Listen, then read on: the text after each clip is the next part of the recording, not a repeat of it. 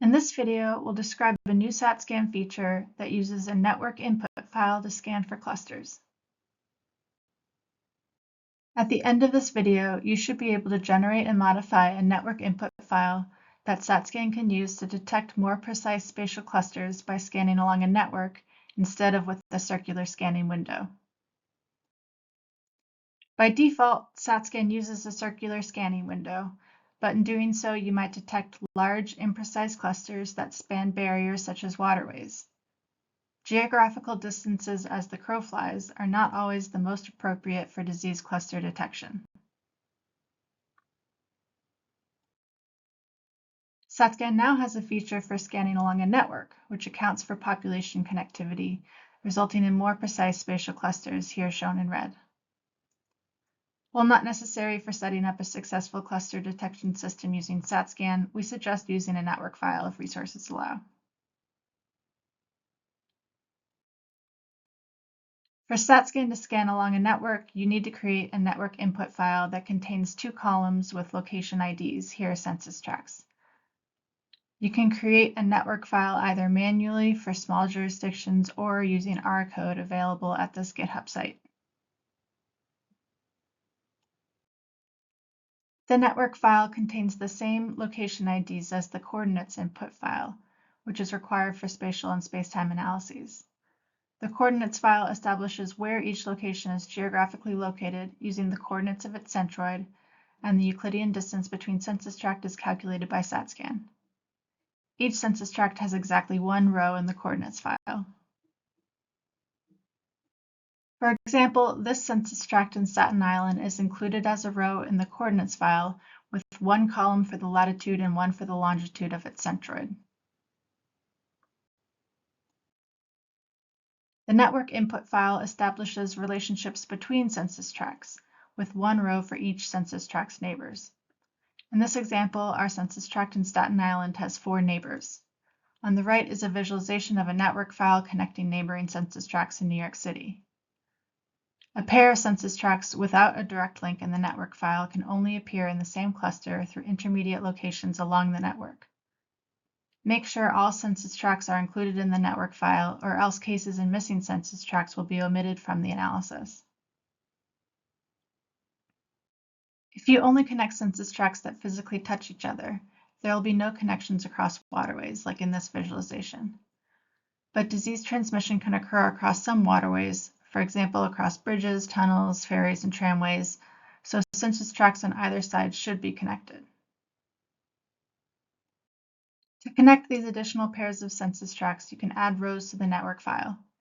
Here, for example, we connect the 2 Staten Island ferry terminals, as well as census tracts on either side of the Verrazano Bridge, the Roosevelt Island Tramway, and Cross Bay Boulevard. Other types of connections may be relevant in other jurisdictions, such as across barriers like mountain ranges or lakes. Omitting these connections could result in missed or imprecise clusters. For example, if the Staten Island ferry connection was omitted from the network file, a real outbreak spanning lower Manhattan and northeast Staten Island might be missed, or it might be very large because it would need to form through intermediate locations along the network. Adding connections across other large uninhabited areas such as large parks can also improve cluster precision. Treating large parks as one census tract is not recommended because this could lead to large imprecise clusters. For example, consider census tracts on either side of Central Park. Because they can only be connected through the centroid of Central Park's large census tract, or through their intermediate connections around the park, a cluster that includes these 2 census tracts would need to include many other census tracts that may not have excess cases. For example, a cluster that includes these 2 census tracts might look like this, including the centroid of the park and census tracts surrounding it. Instead, we recommend splitting large parks into smaller sections and adding more connections across them. This more closely connects census tracts that are geographically nearby and might result in more precise clusters. We don't recommend breaking all connections across large parks or other uninhabited areas, essentially treating them like bodies of water. This would make it even harder to detect a cluster that spans a large park because the cluster would need to form through intermediate locations along the network. To define which census tracts are considered large parks, we chose requirements that resulted in a reasonable number of large parks that were noticeably larger than their surrounding census tracts. We required that at least 75% of a census tract's area is classified as park according to the U.S. Census Bureau Area Landmark File. We also required they have a population of fewer than 100 people and an area of at least 6 times the median size of census tracts in each county. In green are the parks in New York City that met this criteria.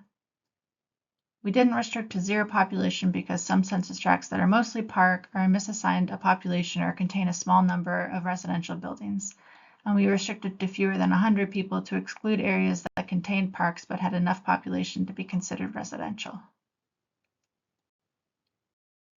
To break parks into sub-tracts that were similarly sized to their neighboring tracts, we split them into areas that were twice the size of the county median.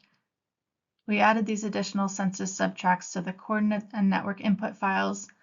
For people whose address is geocoded to the original census tract, we maintain that assignment in the coordinate and network input files. Adding more network connections like this may be warranted across other areas and jurisdictions with different geographical characteristics than New York City. After you've created the network input file, you can upload it in the Advanced Input Features window in StatScan.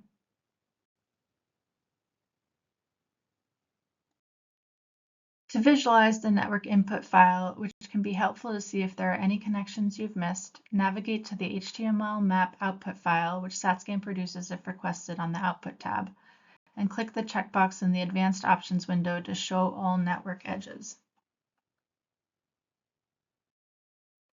For example, this is the final network input file for New York City.